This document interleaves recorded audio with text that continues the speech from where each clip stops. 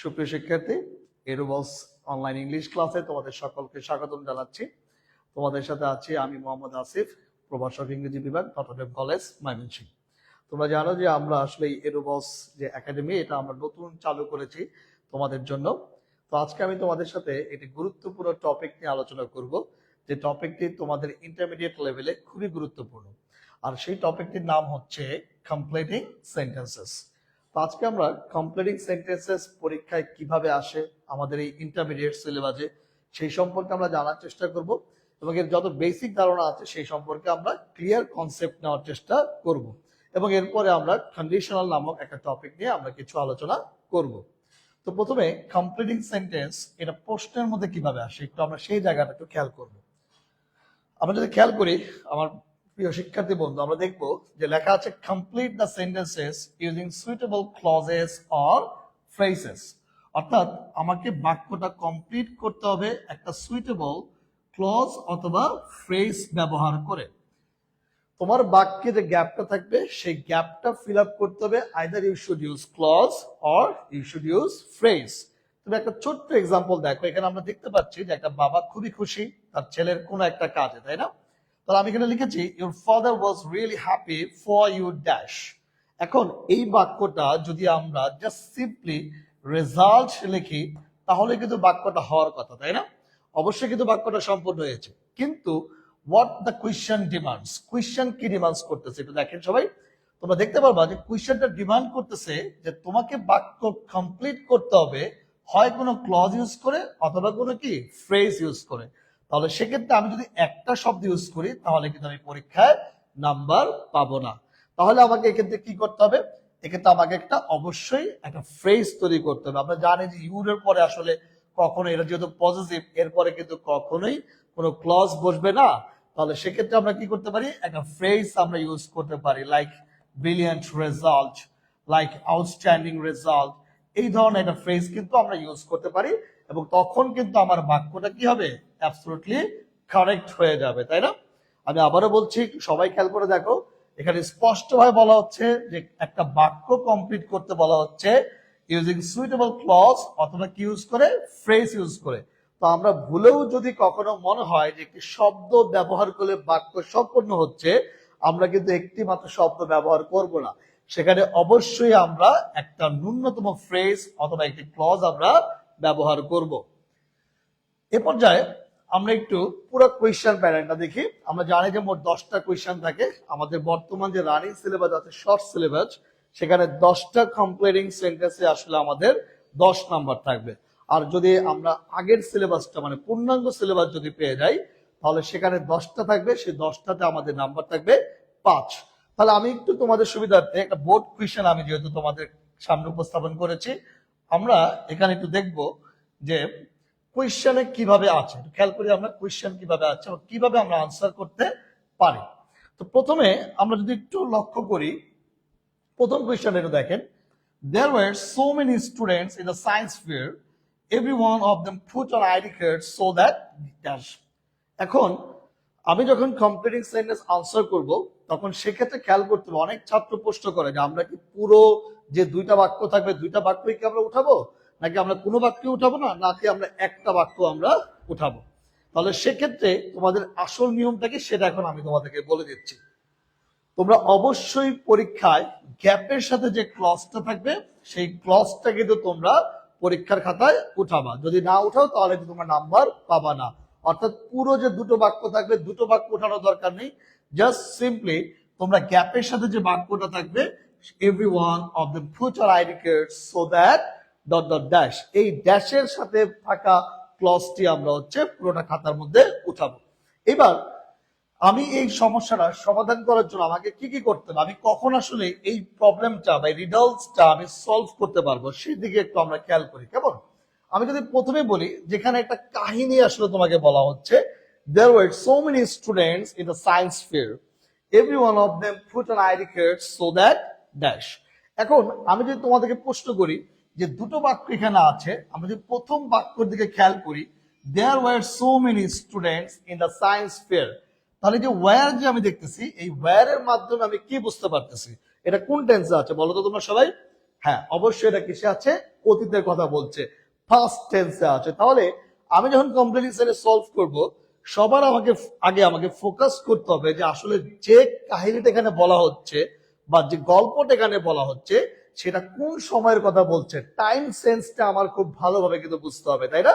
তুমি দেখো এই গল্পটা বা এই যে বাক্য দুটো আছে, এই বাক্য দুটো শুরুটাই হয়েছে কি ফার্স্ট টেন্স, অর্থাৎ একটা সায়েন্স ফেয়ারের কথা বলেছে, যে সায়েন্স ফেয়ারটা কি হয়েছিল, অর্থাৎ there were so many students in the science fair. এখন নাম্বার 2, এখানে একটু খেয়াল করো, every one of them put on ID card. আমরা কিন্তু অলরেডি বুঝে গিয়েছি, তাই না, যে এই বাক্যটা কিন্তু ফার্স্টে আছে, অর্থাৎ আমার চিন্তাটা কিসে করতে হবে? ফার্স্টে করতে হবে, তাই তো? এখন পরের বাক্যটা খেয়াল করো, every one of them put on ID card so that. অনেকেই এই ফুট শব্দ দেখে মনে করতে পারে এটা মনে প্রেজেন্টে আছে, তাই না? কিন্তু আমরা জানি যে ফুটের পাস্ট ফর্ম কি foot, foot foot foot. So এই জন্য এটা কিন্তু আসলে প্রেজেন্টে না, ফার্স্টে আছে। আর যদি প্রেজেন্টে থাকতো তাহলে কিন্তু এভরি ওয়ানের কারণে কি হতো? ফুটস হতো, তাই না? আমরা জানি ইচ, এভরি, আইদার, নাইদার এগুলো থাকলে পারবের সাথে কি হয়? এস বা ইয়েস যুক্ত হয়। আর যেহেতু আমরা প্রথম থেকে খেয়াল করছি সেহেতু আমরা তো শিওর সবাই যেটা পাস্টে আছে, আমার চিন্তাটা পাস্টেই করতে হবে। খেয়াল করে দেখো এই ক্লজে every one of them put on ID card so that একটা কনজাংশন আছে, সো দ্যাট। তাহলে আমাকে এখন সো দ্যাট শব্দের অর্থ জানতে হবে। আমি যতই নিয়ম করি না কেন, আমি যদি এই বাক্যটা কোন টাইমে আছে বর্তমান অতীতের, এবং আমি যদি এই বাক্যে ব্যবহৃত কনজাংশন যে সো দ্যাট আছে, আমি যদি সেই সো দ্যাট এর অর্থ না জানি, আমি কিন্তু এটা আনসার করতে পারবো না। তাহলে আমাদেরকে জানতে হবে এই কনজাংশন সো দ্যাট এর অর্থ কি। তাহলে আমি তোমাদেরকে বলে দিচ্ছি, এই সো দ্যাট এর অর্থ হচ্ছে যাতে। অর্থটা কি? যাতে। তাহলে এখন তুমি খেয়াল করো, বাক্যটা এখন আমরা সম্পূর্ণ করার চেষ্টা করি। প্রত্যেকেই আইডি কার্ড পরিধান করেছিল যাতে। আচ্ছা, সায়েন্স ফেয়ার স্টুডেন্ট অনেক ছাত্র ছিল। এখন ওইখানে ছাত্ররা বিভিন্ন কলেজে ছাত্র থাকতে পারে, তাই না গাইস? তাহলে সেখানে ছাত্ররা আইডি কার্ড কেন পরিধান করে বা কেন করেছিল, চিন্তাটা পাঁচটাই করো তুমি। আসলে আইডি কার্ড পরিধান করতে পারে দুইটা কারণ। একটা হতে পারে কি, যাতে তারা ওই মেলায় অংশগ্রহণ করতে পারে বা মেলায় প্রবেশ করতে পারে, অথবা আরেকটা হতে পারে যাতে তারা কোন কলেজের ছাত্র বা কোন প্রতিষ্ঠানের ছাত্র তাদেরকে আইডেন্টিফাই করা যেতে পারে, তাই না? তাহলে এই বাক্যটাই আমাকে করতে গেলে কিসে করতে হবে? পাস্টের সেন্সে কিন্তু করতে হবে। তাহলে আমার 3 নম্বর যে কাজটা করতে হবে সেটা হচ্ছে আমার বেসিক সেন্টেন্স তৈরি করার ক্ষমতা আমাকে থাকতে হবে। তাহলে আমি কি বলছি, যে প্রত্যেকে আইডি কার্ড পরিধান করেছিল যাতে করে তারা কি আইডেন্টিফাইড হতে পারে, দে could be identified, they could be identified। অথবা আমরা কি বলতে পারি, they could enter into the fair, মানে কি তারা যাতে করে কি ফেয়ারে প্রবেশ করতে পারে। তাহলে আমরা কিন্তু এইভাবে আসলে কমপ্লিটিং সেন্টেন্সে যে রিডলস গুলো থাকবে সেগুলো কিন্তু আমরা সমাধান করতে পারি। তাহলে আমি যেটা বলেছি যে কমপ্লিটিং সেন্টেন্সে যদি আমি ভালো করতে চাই তাহলে আমাকে কি করতে হবে গাইস? আমাকে এই 4টা জিনিসের উপরে একটু ফোকাস করতে হবে। সেই 4টা জিনিসকে একটু দেখো তোমরা সবাই, প্রয়োজন হলে তোমরা লিখেও নিতে পারো, স্ক্রিনশট দিয়েও কিন্তু তোমরা রাখতে পারো। The meaning of the sentence, অর্থাৎ সবার প্রথমে সেন্টেন্সের যে বাক্যটা সেটা কিন্তু তোমাকে বুঝতে হবে, অর্থাৎ বাক্যের যে মিনিংটা সেই মিনিংটা তোমাকে বুঝতে হবে, এবং টেন্সের স্ট্রাকচার। আমি যদি দুইটা একত্রে বলি তাহলে হচ্ছে তোমাকে বাক্যের মিনিং এর সাথে তোমার টাইম সেন্সটা থাকা উচিত, সময়ের প্রতি তোমার সেন্স থাকা উচিত, যে আসলে যে বাক্য আছে সেই বাক্য প্রেজেন্টে আছে না পাস্টে আছে না ভবিষ্যতে ঘটতে পারে এমন কোন ঘটনা নিয়ে আলোচনা করছে। দেন দেখো কি বলছে, তোমাকে মোডালস দিয়ে অনেক বাক্য তৈরি করতে হতে পারে, তাই না? বিশেষ করে ক্যান অর্থ কি পারা, আমি পারি বা সে পারে, অথবা খুঁজ, খুর অর্থ কি পারতাম, সুর অর্থ কি উচিত, উইল অর্থ কি করব, তাই না? এই 4টা মোডালস দিয়ে বাক্য তৈরি কিন্তু তোমার বেশি করতে হবে কমপ্লিটিং সেন্টেন্সে। তাহলে আমরা যদি এই মোডালস এর মিনিং যদি জানি এবং আমরা যদি মোডালস গুলো দিয়ে বাক্য তৈরি করতে পারি তাহলে কিন্তু আমার যে বেসিক যে স্ট্রাকচার আছে সেন্টেন্সের সেটার কিন্তু অনেকগুলো কাজ কিন্তু সম্পন্ন হয়ে যাবে। আমি একটু তোমাদের সাথে শেয়ার করে দেখো। মনে করো তুমি বললা যে আমি সাঁতার কাটতে পারি, আই ক্যান সুইম, তাই না? তুমি বললো আমি সাঁতার কাটতে পারতাম, আই কুড সুইম। আমার সাঁতার কাটা উচিত কারণ আমার স্বাস্থ্য বেড়ে গেছে, আই শুড সুইম, আমি সাঁতার কাটবো, আই উইল সুইম। তাহলে 4টা মডালস এর ব্যবহার কিন্তু আমরা বেশি বেশি করে দেখব। নাম্বার 4 বলছে যে meaning and structure of conjunctional phrase বা লিঙ্কার্স বা কানেক্টরস। বাক্যের ভিতরে অনেক সময় লিঙ্কার থাকতে পারে, কনজাংশন থাকতে পারে, কনজাংশনাল ফ্রেজ থাকতে পারে, like so that, if, though, since, as, unless, as soon as, no sooner. এই ধরনের কনজাংশন বা কনজাংশনাল ফ্রেজের মিনিংটা তোমাকে সবার আগে জানতে হবে এবং হালকা পাতলা কিছু স্ট্রাকচার তোমাদের জানতে হবে। তুমি যখন এই 4টা জিনিসের উপর ফোকাস করবা এবং যখন এইটার উপরে দক্ষতা অর্জন করবা, then you will be capable of securing good marks in completing sentence. তারপরেই কিন্তু তোমরা আসলে কমপ্লিটিং সেন্টেন্সে ভালো করতে পারবা। তো আজকে আমি তোমাদের কমপ্লিটিং সেন্টেন্সের একটি গুরুত্বপূর্ণ বিষয় নিয়ে আসলে আলোচনা করব, যার নাম হচ্ছে কন্ডিশনালস। আমি কিছুটা আলোচনা করব। আসলে কন্ডিশনালস এটা এতটাই গুরুত্বপূর্ণ যে আমি দুষ্টামি অনেক সময় ছাত্রদেরকে বলি যে সারা জীবনে আসলে কন্ডিশনাল নিয়ে প্রশ্ন আসবে। সেই ক্লাস 8 থেকে আমাদের কোয়েশ্চেন আসছে, তাই না? ইভেন তুমি যতগুলো চাকরির পরীক্ষা দেবে লাস্ট পর্যন্ত, প্রত্যেকটা জব এক্সামে তুমি দেখবা যে কন্ডিশনালস নিয়ে একটি কোয়েশ্চেন অবশ্যই কিন্তু কোয়েশ্চেন থাকবে। তাহলে কন্ডিশনালস এই টপিকটা শুধুমাত্র যে ইন্টারমিডিয়েট লেভেলের ছাত্রদের জন্য গুরুত্বপূর্ণ বিষয়টা কিন্তু এমন না। এই টপিকটা হতে পারে ইন্টারমিডিয়েট, হতে পারে এসএসসি লেভেল, হতে পারে ইউনিভার্সিটি অ্যাডমিশন টেস্টের ছাত্রদের, ইভেন চাকরি প্রার্থী যারা আছে তাদের সকলের জন্য কিন্তু কন্ডিশনাল সেন্টেন্সটা কিন্তু অনেক বেশি গুরুত্বপূর্ণ এই গ্রামাটিক্যাল টপিকটি। তো আমরা এই কন্ডিশনালস কিভাবে পড়লে পুরো কন্ডিশনাল সম্পর্কে আমরা ধারণা পেতে পারি সেই বিষয়ে একটু আমরা খেয়াল করব। প্রথমে একটা প্রশ্ন আসতে পারে যে কন্ডিশনাল স্কিম, কন্ডিশনাল সেন্টেন্সেস গুলো কি বলতে আমরা কি বুঝি? কন্ডিশন মানে কি? শর্ত। আমরা যখন কোন একটা বাক্যে শর্ত জুড়ে দিই তখনই কিন্তু আমরা ওই বাক্যকে বলি কি? কন্ডিশনালস। তো বাংলায় আসলে আমরা যদি দ্বারা শর্ত জুড়িয়ে দিই, তাই না? আমরা অনেক সময় বলি যদি তুমি এটা করো তাহলে এটা হবে। আবার গ্রামে অনেক সময় বলে যে যদির কথা নদীতে ফেলে দাও, তার মানে কি কোনো ভরসা নাই, যদির কথা কোনো ভরসা নাই। আসলে আমরা আজকে এটাই দেখবো যে যদির কথায় কি কোনো ভরসা আছে কি নাই, এবং কিভাবে আমাদের বিভিন্ন জায়গায় প্রশ্ন আসতে পারে সেই বিষয়গুলো আমরা কিন্তু একটু খেয়াল করব। কেমন? প্রথমে একটু খেয়াল করো, একটা ছবি দেখতেছি আমরা যে বৃষ্টি হচ্ছে, একটা ছেলে ছাতা নিয়ে দাঁড়িয়ে আছে। তো আমরা একটু এইটার মধ্যে একটু আমরা বোঝার চেষ্টা করব যে কন্ডিশনাল বাক্যটা কি। ইন্ট্রোডাকশনে কি লিখছে দেখো, if it rains I will take an umbrella. দুটো আমি দাগ দিয়েছি। তো বলেছি যদি বৃষ্টি হয় আমি কি নিব? একটা আমব্রেলা নিব। তাহলে এখানে খেয়াল করো, এটা একটা কন্ডিশনাল বাক্য। আমি কেন বললাম? এখানে মনে রাখতে হবে একটা কন্ডিশনাল সেন্টেন্সে দুইটা অংশ থাকে। একটা কন্ডিশনাল সেন্টেন্সে দুইটা অংশ থাকে। একটা অংশ হচ্ছে কন্ডিশন, আর একটা অংশ হচ্ছে রেজাল্ট বা কনসিকুয়েন্স। তোমার এই কন্ডিশনটা যখন অ্যাপ্লাই করবা, তুমি যখন কন্ডিশনটা অ্যাপ্লাই করবা তখনই কিন্তু আসলে রেজাল্টটা কি তোমার ঘটবে। তাহলে এখানে কিন্তু কি বলছে? যদি বৃষ্টি হয়। তাহলে যদি বৃষ্টি হয় এই অংশটুকু হচ্ছে কি? কন্ডিশন। এই অংশটা কি? কন্ডিশন। যদি বৃষ্টি হয় I will take an umbrella. বৃষ্টি হওয়ার উপরে ডিপেন্ড করতেছে whether I will take umbrella or not, তাই না? তাহলে কন্ডিশন যখন আমি অ্যাপ্লাই করব তখনই কিন্তু আমি রেজাল্টটা পাবো। তাহলে I will take an umbrella এটা আসলে কিসের উপর ডিপেন্ড করতেছে? কন্ডিশনাল উপর ডিপেন্ড করতেছে, রেইনের উপর ডিপেন্ড করতেছে আমি আমব্রেলা গ্রহণ করব কি করব না। এজন্যই বলছে কন্ডিশনাল একটা বাক্যের দুইটা অংশ থাকবে। প্রথম যে অংশ দেখতেছি ইফের সাথে, এই অংশটা হচ্ছে কি? কন্ডিশন।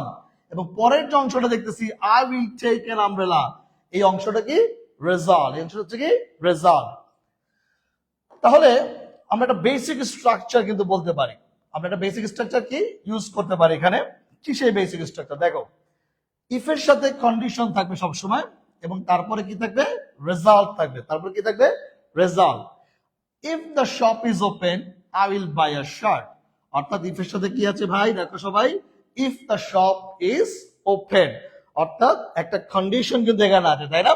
আর যদি দোকান খোলা থাকে I will buy a shirt, আমি একটা কি কিনবো? শার্ট কিনবো। তাহলে এই কন্ডিশনটা অ্যাপ্লাই হলে দেন কিন্তু আমার রেজাল্টটা কি হবে? যে আমি একটি শার্ট কিনবো। এখন এই জায়গায় খেয়াল করি স্ট্রাকচারটা, ইফের সাথে যখন কন্ডিশন থাকবে প্রথমে, সেখানে কিন্তু কন্ডিশনের পরে একটি কমা বসবে। দেখছো তোমরা? কারণ 2 নম্বরে খেয়াল করো, ইফ প্লাস কন্ডিশন কিন্তু পরেও বসতে পারে, অর্থাৎ রেজাল্ট কিন্তু আগেও বসতে পারে, কোনো সমস্যা নাই, আমাদের পরীক্ষা এভাবেও আসতে পারে। I will buy a shirt if the shop is open. তাহলে কি দেখেছি আমরা, যে প্রথমে বসেছে রেজাল্ট আর পরে বসেছে কন্ডিশন, এটাও কিন্তু হতে পারে। যখন কন্ডিশন পরে বসতেছে তখন কিন্তু দেখো মাঝখানে কোনো কমা নাই। তাহলে আমি আবারও বলছি, কন্ডিশনাল বাক্য দুই ভাবে প্রকাশ করতে পারি। প্রথমে ইফের সাথে কন্ডিশন ইউজ করতে পারি, দেন আমরা রেজাল্ট বসাতে পারি, অথবা আমরা প্রথমে রেজাল্ট বসাতে পারি, দেন আমরা ইফ প্লাস কন্ডিশন কিন্তু আমরা ইউজ করতে পারি। তবে যদি আমরা ইফ আর কন্ডিশনটা প্রথমে বসাই, অবশ্যই কিন্তু আমাকে একটি কমা ব্যবহার করতে হবে। তাহলে এখন মনের মধ্যে প্রশ্ন আসতে পারে, আসলে কন্ডিশনাল বাক্যগুলো কত ধরনের হয়ে থাকে, তাই না? অনেকে আমরা জানি যে কন্ডিশনাল বাক্য ছোটবেলা থেকে 3 প্রকার পড়ি, ফার্স্ট, সেকেন্ড, থার্ড। আবার অনেক জায়গায় আমরা 2 প্রকার পড়ি, রিয়েল, আনরিয়েল, কন্ডিশনাল। আবার অনেক জায়গায় কিন্তু আমরা 4 প্রকারও দেখি, তাই না? যে zero conditional, first conditional, second conditional, third conditional. আসলে সত্য কোনটা? আসলে কন্ডিশনাল বাক্য কখনো 3 প্রকার হয় না, এটা হয় কি, হয় 4 প্রকার, অথবা আমরা বলতে পারি 2 প্রকার। একটা হচ্ছে রিয়েল কন্ডিশনাল আর এটা হচ্ছে আনরিয়েল কন্ডিশনাল। যদি আমরা রিয়েল কন্ডিশনাল বলি, তাহলে এই রিয়েল কন্ডিশনালটা হচ্ছে, দেখো, জিরো এবং ফার্স্ট এই দুটোকে আসলে বলা হয় হচ্ছে রিয়েল কন্ডিশনালস, আর সেকেন্ড এবং থার্ড এই দুটোকে আসলে বলা হয়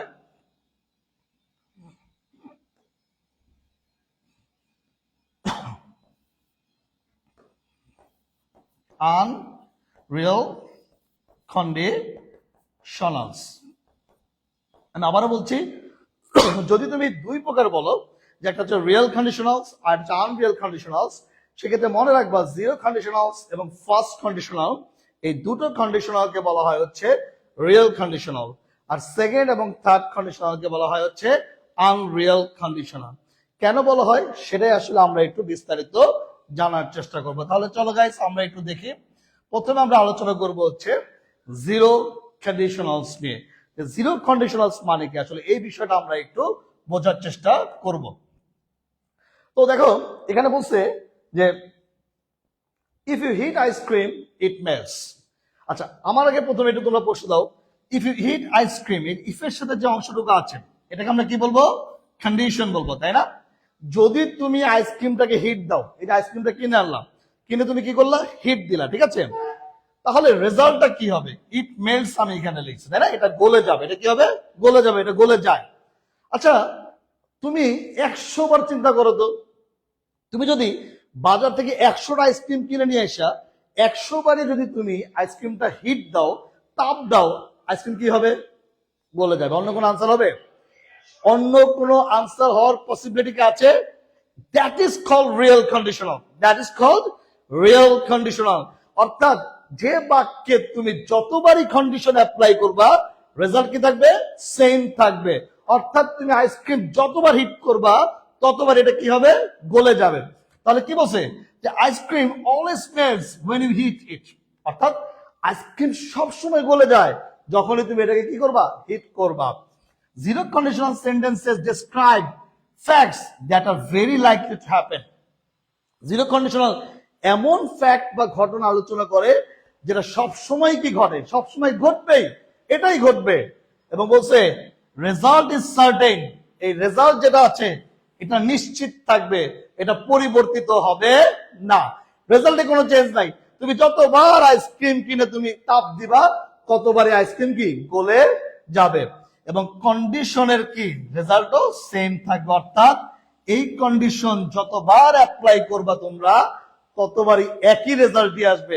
তুমি অমুক দোকান থেকে আইসক্রিম কিনো, আর ঢাকা থেকে আইসক্রিম কিনো, আর গুলশান থেকে আইসক্রিম কিনো, যেখান থেকে আইসক্রিম কিনো না কেন, তুমি আইসক্রিম কেনার পরে যতবারই তুমি হিট দিবা, রেজাল্ট কি হবে, গলে যাবে। ঠিক একইভাবে আমরা আরো কয়েকটা এক্সাম্পল দেখতে পারি। দেখো, if the children are hungry, ভাই সবাই একটু দেখো তোমরা, যদি শিশুরা ক্ষুধার্ত থাকে, যদি শিশুরা ক্ষুধার্ত থাকে, শিশুরা কি করে, কান্নাকাটি করে। আর কোনো অপশন আছে তাদের? আমরা যদি হাজার হাজার শিশু দেখি ক্ষুধা লাগলে তারা কি করে, কান্নাকাটি করে, তাহলে আমরা কি বলতে পারি, they cry, they cry, they cry. ঠিক একইভাবে দেখো, if you touch fire, if you touch fire, যদি তুমি আগুনে টাচ করো, যদি তুমি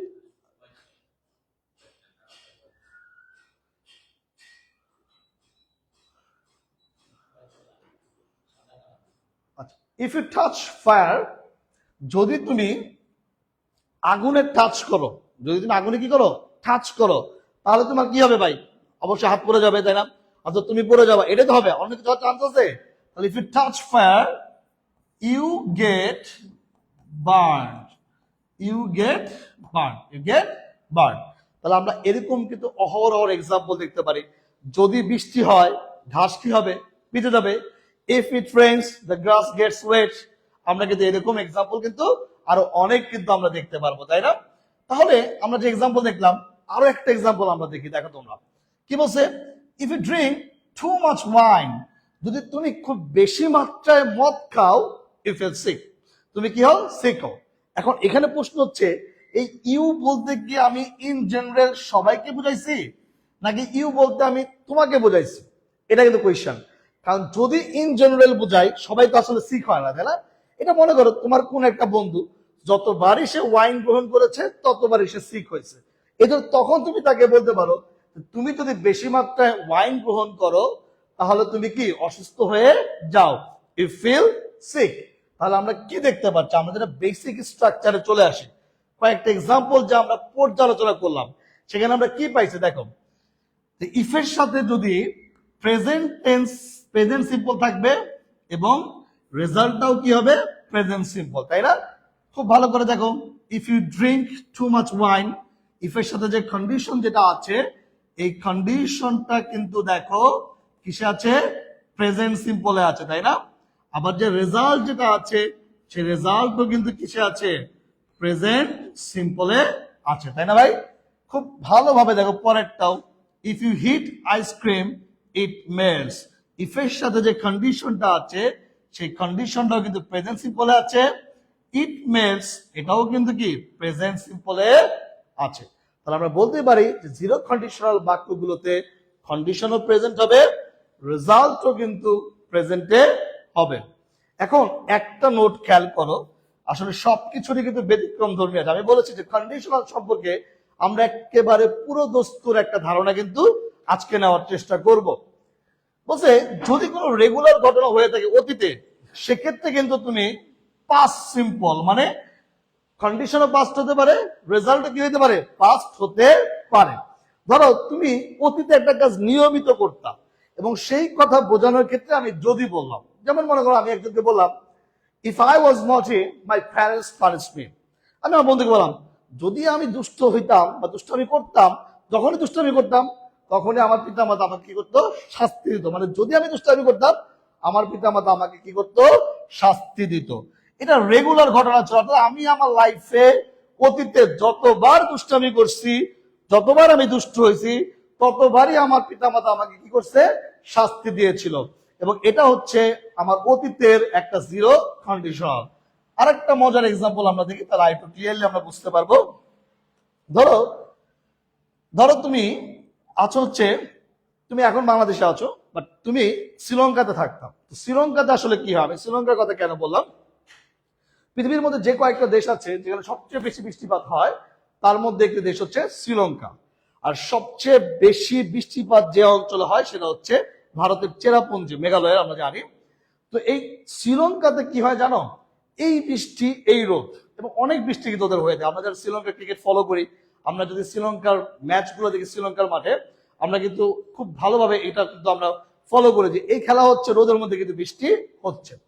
তো ধরো তুমি নর্মালি শ্রীলঙ্কা যখন ছিলা তখন তুমি বাসাতেই তুমি তোমার ব্রেকফাস্টটা তুমি গ্রহণ করতাম, কিন্তু যদি তুমি ওয়েদারটা ভালো পাইতা, তুমি কিন্তু কি হতে পারে সমুদ্রের পাড়ে, হতে পারে বাইরে, তুমি কি তোমার ব্রেকফাস্টটা তুমি গ্রহণ করতা। সেক্ষেত্রে তুমি কি বলতে পারো যে if the weather was fine we at breakfast outside, we took breakfast outside. যদি ওয়েদার ভালো থাকতো আমরা আউটসাইডে কি করতাম, ব্রেকফাস্ট করতাম। এখানে একটু ছোট্ট একটা কথা বলি, আমরা সাধারণত অনেক সময় আমরা যে কাজটা করি, আমরা এই ব্রেকফাস্ট লাঞ্চ এগুলোর ক্ষেত্রে ইট অ্যাট ইটেন এগুলো ইউজ করি, তাই না? তো আমরা আসলে এটা কোনো ভালো ইংলিশ না যে আমি সকালে খাবার খেয়েছি, আই অ্যাট ব্রেকফাস্ট, আমি খাই, আই ইট ব্রেকফাস্ট। এটা অনেকটা আসলে একটু শুনতে জানি কেমন সিলি লাগে, ওয়ার্ড লাগে, তাই না? সেক্ষেত্রে আমরা কি করতে পারি, টেক গ্রহণ করতে পারি। তাহলে আমরা কি বলতে পারি, if the weather was fine we took breakfast outside, we took breakfast outside. তাহলে গাইস আমরা এই জিরো কন্ডিশনাল সম্পর্কে কিন্তু আমরা এই ধরনের ধারণা কিন্তু আমরা এখান থেকে পেতে পারি। মনে রাখবে, তুমি যেখানে ইফ ইউজ করতেছো সেখানে কিন্তু তুমি চাইলে ওয়েনও কিন্তু ইউজ করতে পারো, অর্থাৎ ওয়েন যুক্ত বাক্য কিন্তু জিরো কন্ডিশনাল হতে পারে। কেমন দেখো, তুমি বললা if you heat ice cream it melts, যদি তুমি আইসক্রিমকে হিট করো এটা কি হবে, গলে যায়। তাহলে তুমি ইফের পরিবর্তে আমি ওয়েন ইউজ করলাম, when you heat ice cream it melts, যখন তুমি আইসক্রিম হিট করো তখন তুমি এটা কি গলে যায়। একই অর্থ কিন্তু হচ্ছে, তাই না? দুইটা কাজ কিন্তু সেম হচ্ছে, ইফ বসালেও যে কাজ হচ্ছে, ওয়েন বসালেও কিন্তু একই কাজ হচ্ছে। পরেরটা দেখো, you feel sick if you drink too much wine, তুমি অসুস্থ হয়ে যাও যদি তুমি বেশি মাত্রায় কি ওয়াইন গ্রহণ করো বা ওয়াইন পান করো, মদ পান করো। তুমি অসুস্থ হয়ে যাও যখন তুমি বেশি মাত্রায় মদ পান করো। তাহলে দেখো, ইফের জায়গায় ওয়েন বসালেও কিন্তু জিরো কন্ডিশনাল বাক্যগুলো কিন্তু কি সম্পূর্ণ হয়ে যায়। আমরা আজকের ক্লাসে আমরা জিরো কন্ডিশনাল নিয়ে আমরা আলোচনা করলাম। তো আমরা এডুবস অনলাইন একাডেমি নতুন ভাবে আসলে যাত্রা শুরু করেছি তোমাদের সাথে। আমি আরো একটি ক্লাস দিব, আসলে রেকর্ডেড ক্লাস দিব, যেখানে আমি ফার্স্ট কন্ডিশনাল, সেকেন্ড কন্ডিশনাল এবং থার্ড কন্ডিশনাল নিয়ে আলোচনা করব। তো আজকের ক্লাস শেষ করার আগে আমি তোমাদের সবাইকে বলবো, যদি তোমরা আমাদের সাথে থাকতে চাও, বিশেষ করে আমি 2025 সালের জন্য বলতেছি, আমরা 2025 সালের এইচএসসি পরীক্ষার্থীদের জন্য আমরা ইবিআই কোর্স অর্থাৎ ইকোনমি, ইংলিশ, বাংলা, আইসিটি সকল বিভাগের জন্য এবং মানবিক শাখার জন্য ইংলিশ, বাংলা, আইসিটি ও ইকোনমিক্স কোর্স খুব দ্রুত লঞ্চ করতে যাচ্ছি। তোমরা এটার বিজ্ঞাপন খুব শীঘ্রই পেয়ে যাবা এবং মোস্ট প্রবাবলি আগামী মাসের প্রথম সপ্তাহে আমরা কোর্সটি শুরু করতে যাচ্ছি।